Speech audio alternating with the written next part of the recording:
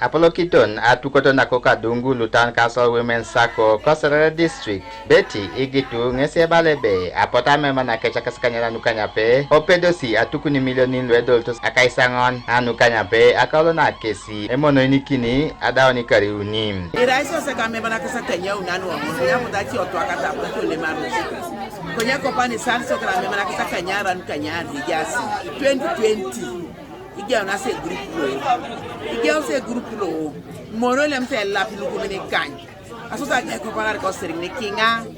konya ko pan ja so ke de serigin la por sa un ko serigin mi na kai sa ngona kanya bi ake pole be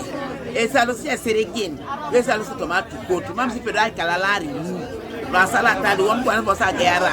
amema na cheko tomo grupu kalo kese potuito dia si ayala make to bala sebe engala ki kese grupu lo aite mono kina tokshu ache no e kama nara kedai kali akej ere grupu bore ne jok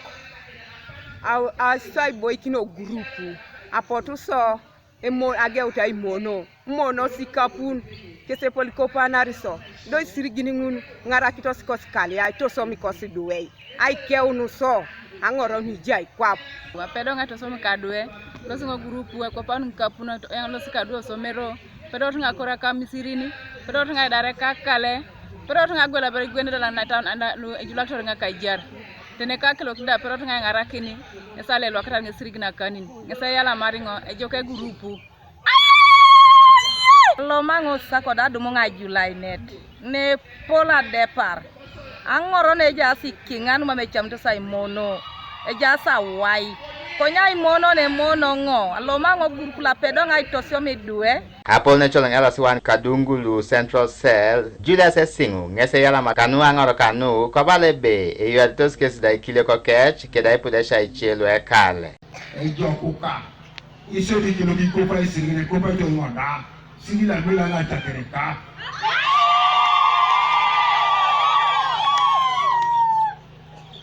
Atu pakene ngum. Akotoma aitije dikini jobe. Mamere grupu monu bana jokane. Ejai mo grupu biche. MP na beru na Kosere District Helen ado abeku ngesi abu ishalam kangorono kedai milionin lwede Apetosi yare kobala ebem ibusa nkinta dio beru kerem alamaro grupu teteri medauni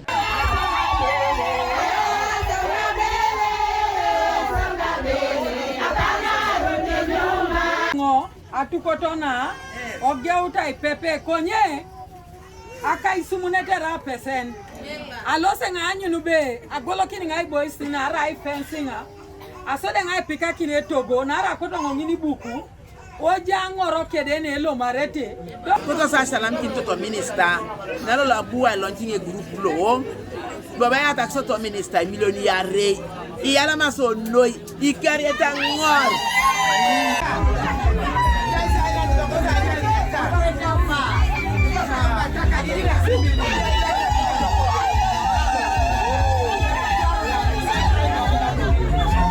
Deluxe Emi Alamu, Rebecca Amongin, Kanuka TV is